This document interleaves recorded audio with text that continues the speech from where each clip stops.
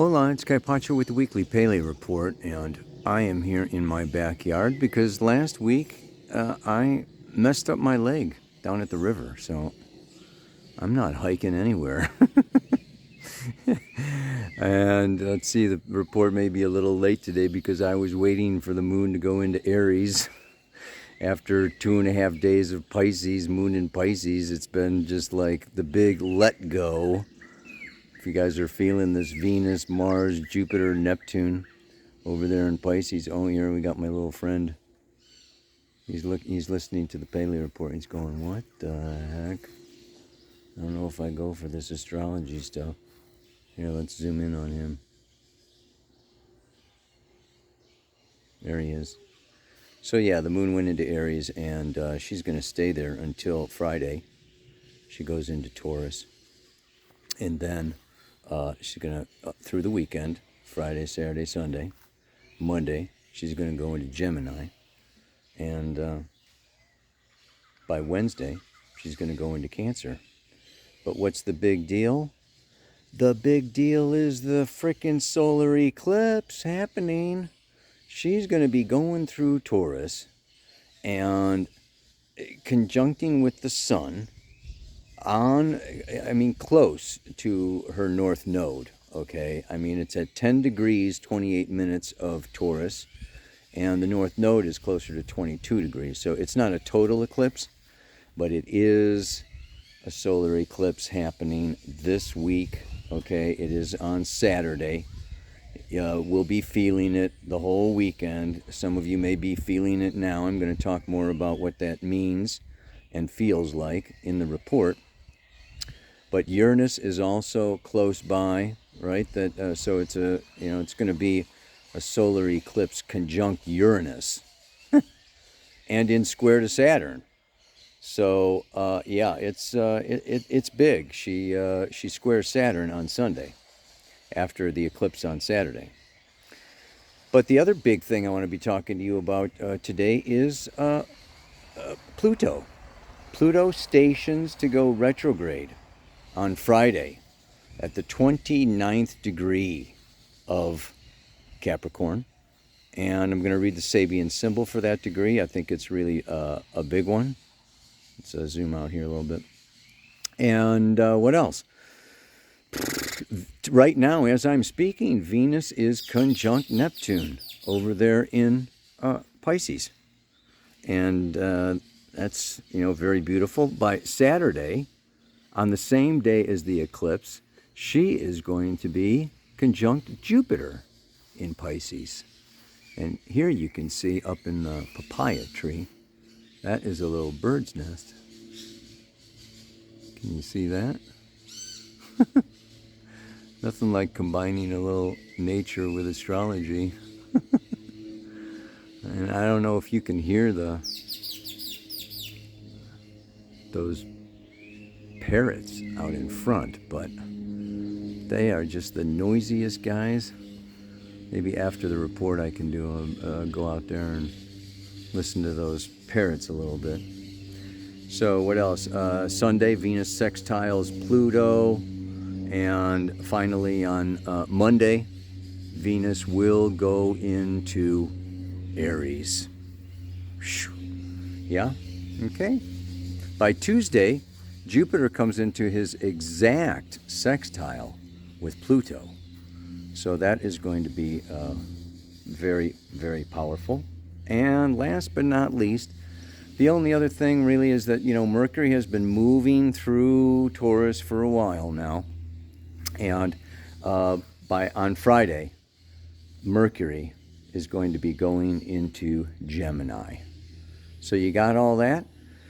Of course, you can always go back and look at the chart at the beginning, pause it, and see all those aspects in the chart itself.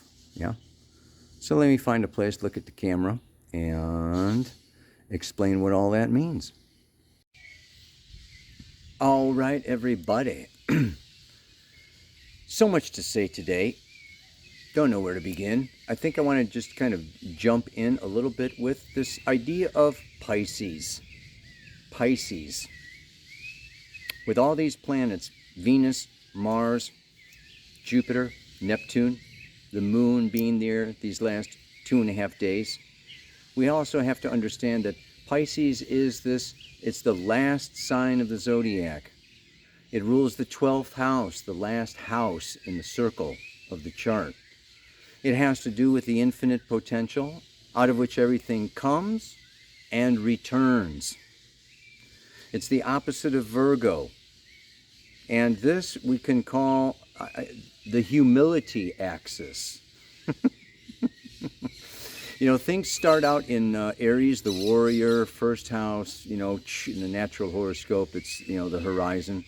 And they come around to 150 degrees, the quincunx aspect, to go into Virgo. And that is the final, it's like Leo is the star and the sun in the center, and there's a humbling process that Virgo humbles Leo to prepare for the other horizon, the beginning. So this is like the full moon, that first 180 degrees. I talk about it in the opposition video that I did, right? And that is the full moon is the culmination of the individual powerful expression of the seed out into the world. It's like, right? The flowers bloom. It's the big time.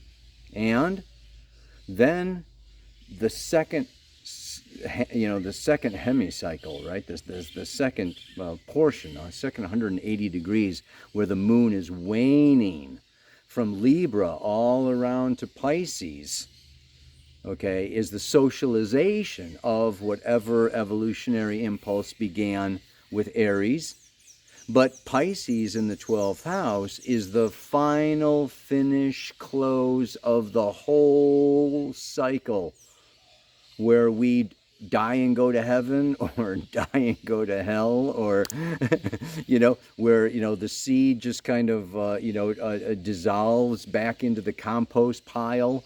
It is, so it rules hospitals, institutions, convents, monasteries, ashrams, where there's no self, there's no more I, me, my ego, whatever kind of stuff. It's just like annihilate, wipe out all the illusions, wipe out all the pride, wipe out all the, whoever, whatever you think you are. You're going back to the ocean of oneness. You're going back, from ashes we emerged, and to ashes we shall return, or from dust we came, and dust we shall return.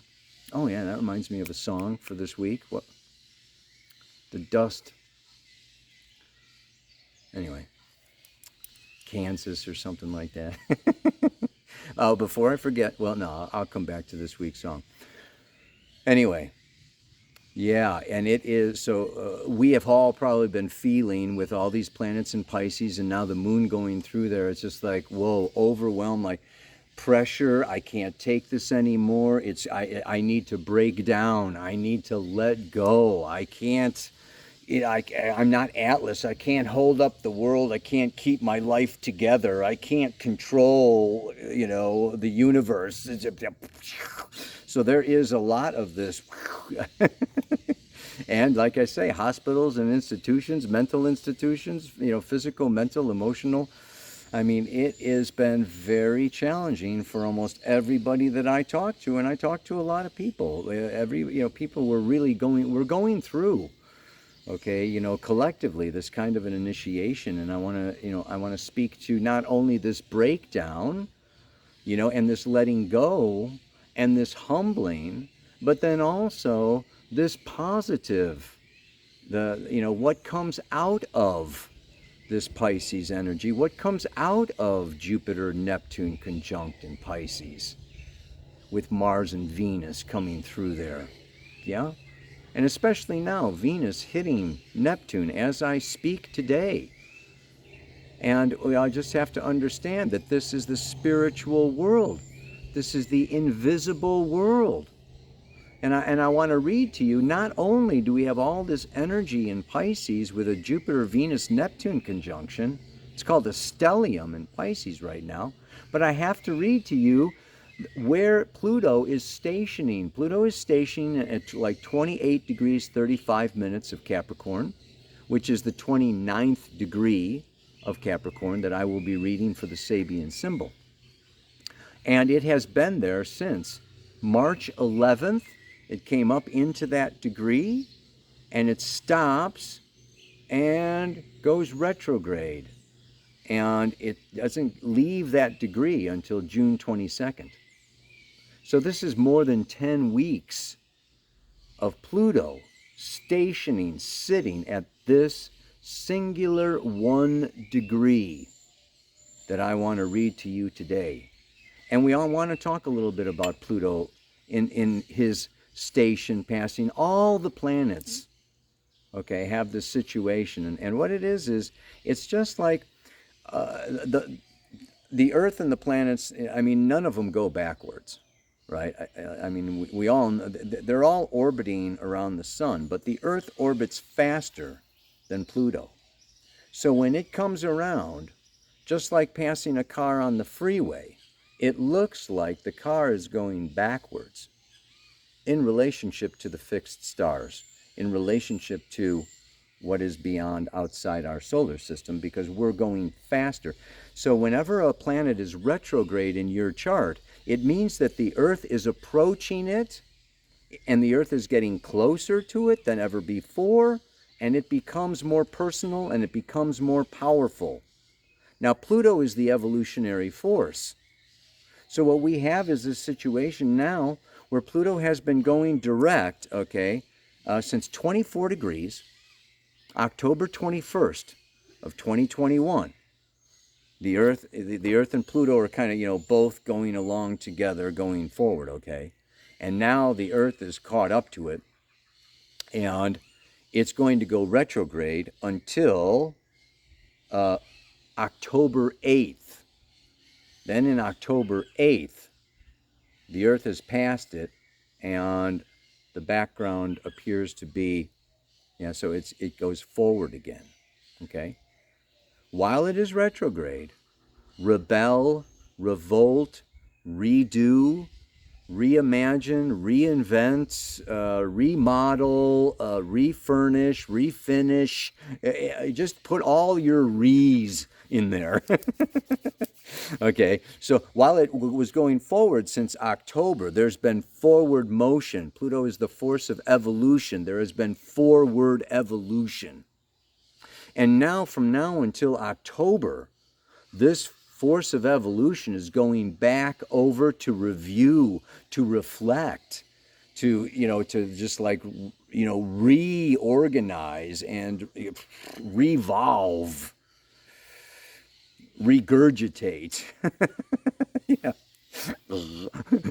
Go over what has been going on in order to more deeply understand the evolutionary process. And then October 8th, it goes direct again.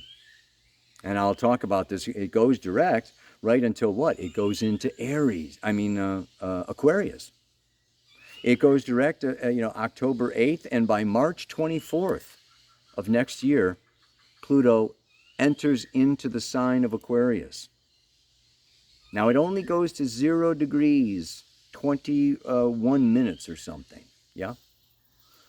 And goes retrograde back into Capricorn in June of next year. And then it stays in Capricorn, and it stations again in Capricorn, okay, at 27 degrees, 53 minutes on October 10th of next year. So you can see just about every May, June, April, May, June, it goes retrograde, and then in October it goes direct. I mean, this is the Pluto cycle. Then it will go back into Aquarius, and it's going to stay in Aquarius for 40 years, starting January 22nd of 2024. And this force of evolution, this Plutonian force of evolution, just one more thing about Pluto, is it's coming around to the Pluto return of the United States of America. Yes, that Pluto return for the United States, I put it in there. It first came in February 21st of this year. Then Pluto's going to go retrograde now. It's going to go back over the United States, Pluto, July 12th. Happy 4th of July, right? And then it's going to go direct in October. And by December 29th, it's going to do its third pass.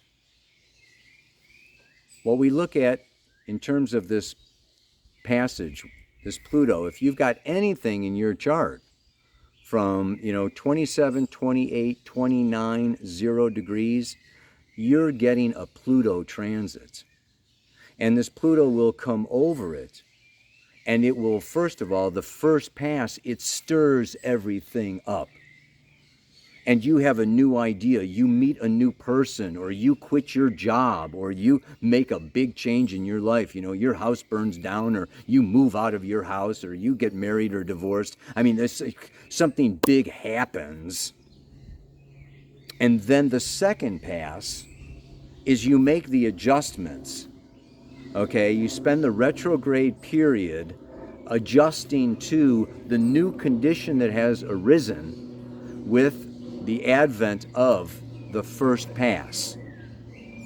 And then the third pass is done, finished, closed, complete, opportunity gone, change made, as much change as is going to be made, okay, and you had your chance. so that's the way I see it. The first pass of a transit, okay, opens the door. Then you move through the door, and the final pass is the door closes. Yeah? So, just keeping this in mind, understanding that now Pluto is stationing right at this degree, it makes this degree very important, and I think that this degree is very powerful considering all of the Piscean energy that's going on now. So I'm going to read to you again from the Sabian symbols.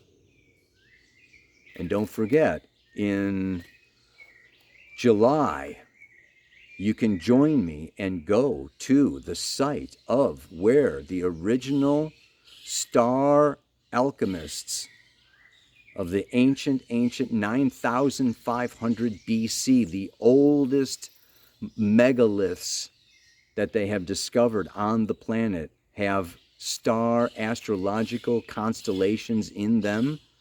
In Turkey, and we're doing a tour of to the origins of time, and a study of how to use the Sabian symbols to interpret your chart, and to actually see where the Sabians lived.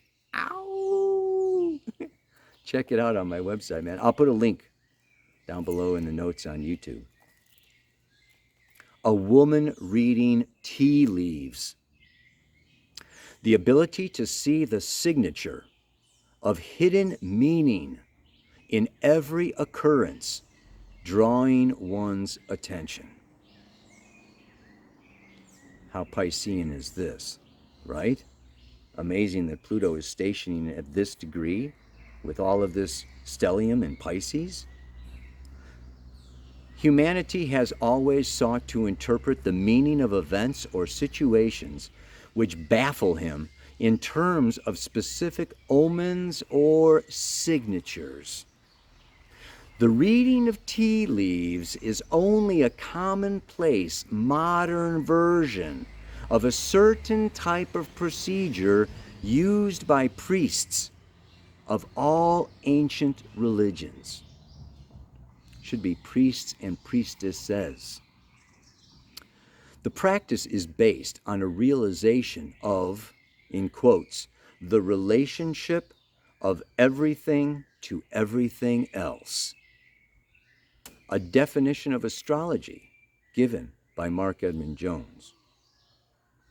Dream interpretation, in-depth psychology, belongs to the same category as it is based upon the establishment of a close connection between the unconscious and the conscious. But in dream analysis, the individual unconscious, at least at first, is mainly referred to, while in omens, or modern fortune telling at its best.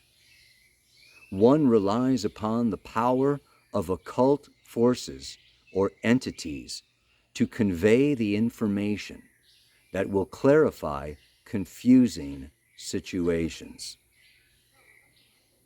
This symbol refers to a specific technique of understanding or evaluation.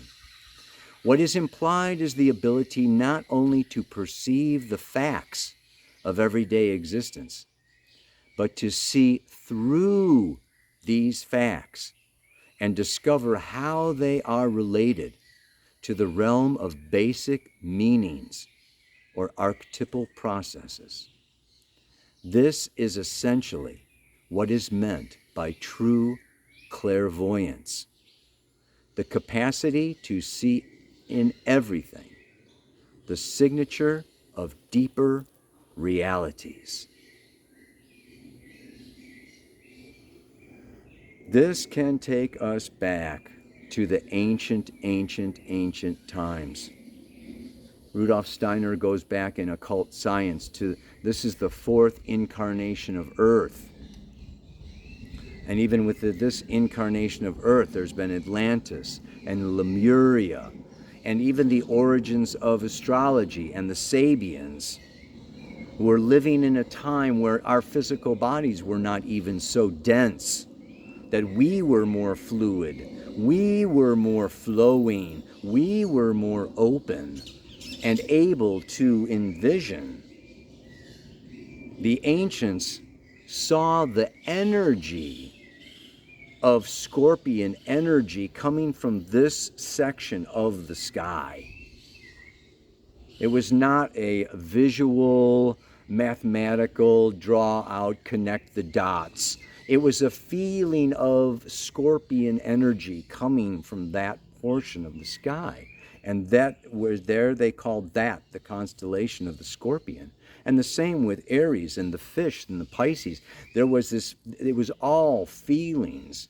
So this energy of clairvoyance and clairaudience, which is what the mantra for this week is discussing. It's like we can hear these voices, right? The clairaudience is the ability to hear the angels or the gnomes or the fairies or the saints or whoever you believe, or the Pluto, right? The shaman in shamanic astrology, the planets are transmitting to us, extraterrestrials, whoever. We can hear all these different, like I say, whispers in the ear.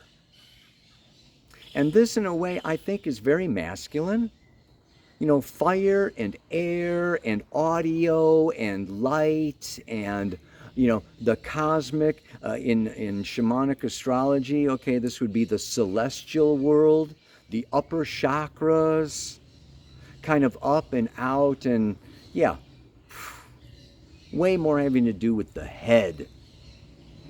Now we come into that we have this solar eclipse happening in Taurus.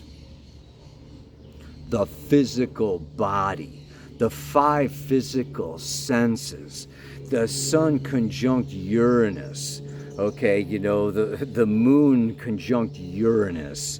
Uranus coming up into this conjunction with the north node of the moon.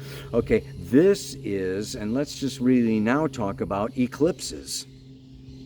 Eclipses to me is when the moon comes in between the earth and the sun.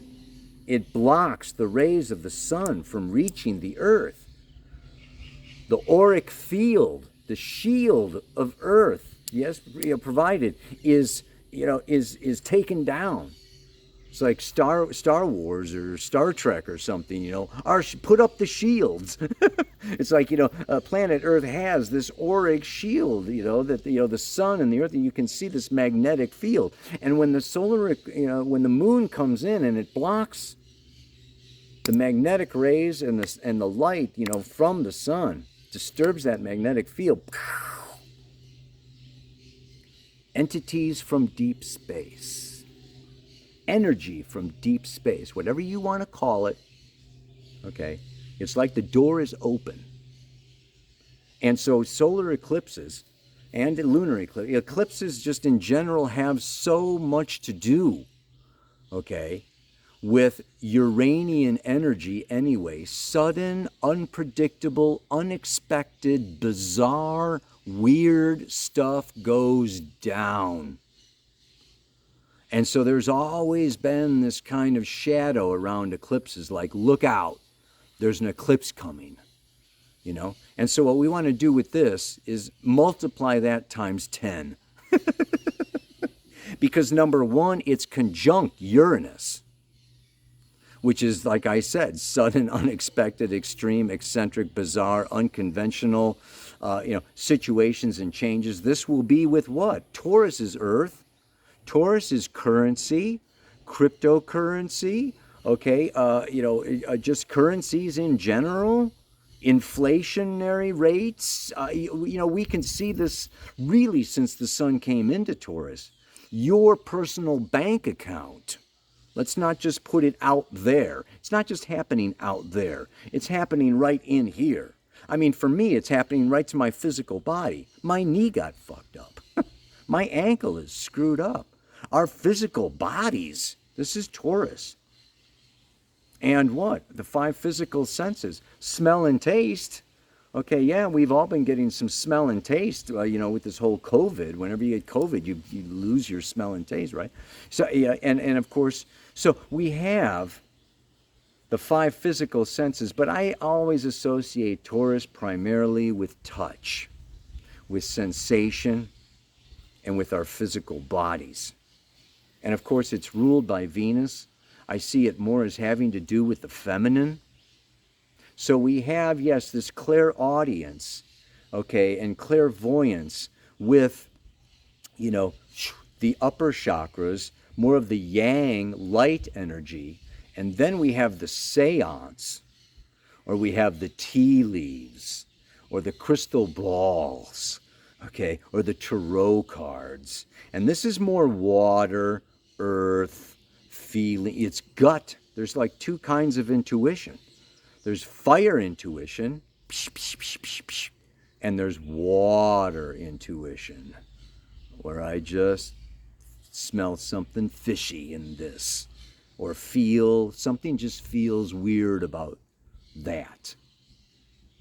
So this is a time I want to encourage you to not just like be waiting for guidance, okay, from up above, or swinging a pendulum or something, or just like listening, meditating, chanting inwardly, looking at, but to really look all around in everything. Your body is talking to you. The dragon lizard that I just, he's saying something to me. The birds are speaking to us. The flowers are, it's like everything is one with everything else. And that is what astrology shows us very clearly, is that everything is related to everything else. Yes? I mean, really. The relation of everything to everything else. A good definition of astrology. And if we can not just wrap our heads around it, but wrap our souls around it. Which brings me to the song for today. Tuesday Afternoon by the Moody Blues. The trees are drawing me near. I've got to find out why. The gentle voices I hear explain it all with a sigh.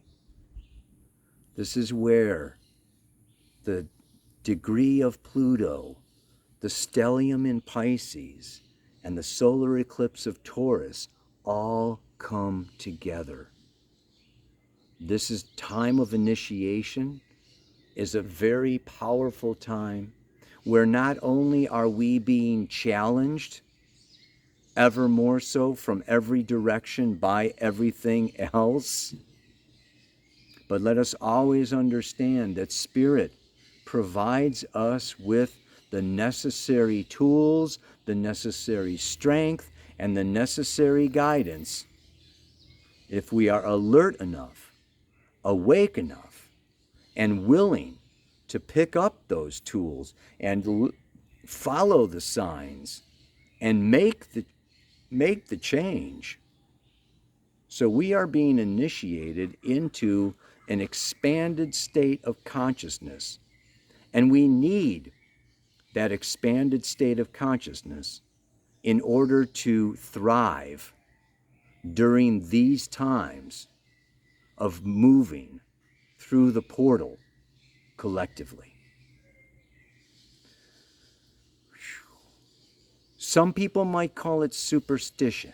Oh, you're just superstitious. Oh, that's your imagination. Oh, you think that, that door slamming when you were saying something on the phone, you're living in a, you're psychotic.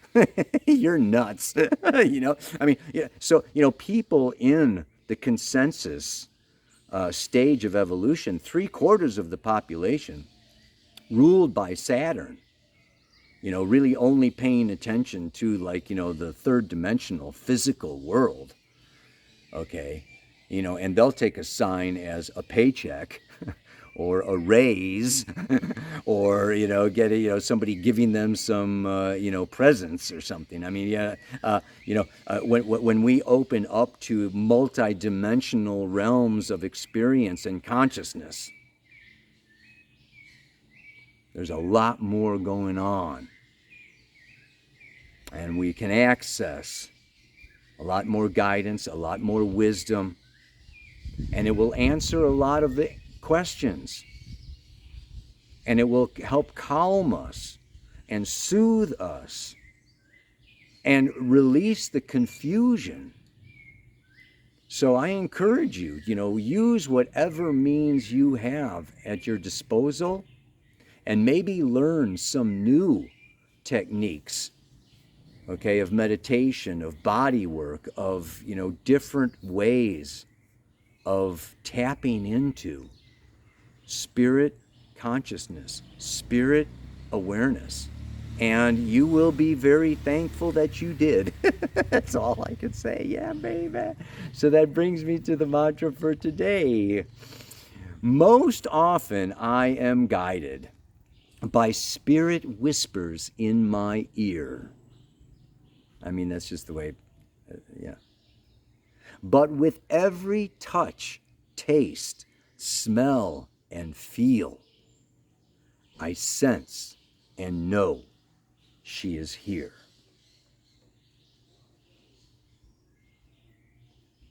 If we repeat these mantras over and over and over again, they gain strength and they give us strength. And it's good to remember. Yeah. And so just like, this week during this time, during this solar eclipse on Saturday, just like tune in to what's going on out there. Yeah. All right. And of course, the other thing, what? Dance your stars. I am going to be using music and movement and our bodies to feel our charts. Not just talk about and analyze and, describe our personalities with our horoscope, but rather feel into our past lives, where we're coming from and where we want to move into this life with songs, with a playlist. Check it out. It's happening on the island of Corfu in Greece, okay, this July, just before the Sound and Silence Festival. So you set aside 2 weeks, a week to dance your chart and another week, for this gathering of musicians and artists and amazing, beautiful people. Yeah, check it out. All in the notes below. Sign up for my newsletter, whatever. Stay up to date. I've got more workshops coming all through Europe. I'll be posting them. More and more Denmark, the Netherlands, Ireland. I'm going all over the place. I look forward to seeing you there live at one of them. Yeah? But until I do, most often I am guided by spirit whispers in my ear. But with every touch, taste, smell, and feel, I sense and know she is here.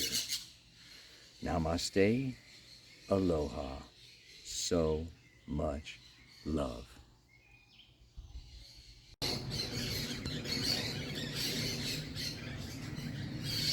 All right, well, these are the noisiest parrots. They're a very social group. They are in the mango tree. I'm out in the front of the house now. They go on like this all day long. It's not exactly bird song, you know. But you can hardly see them. But you sure can hear them, can't you? I don't know. Do you see any?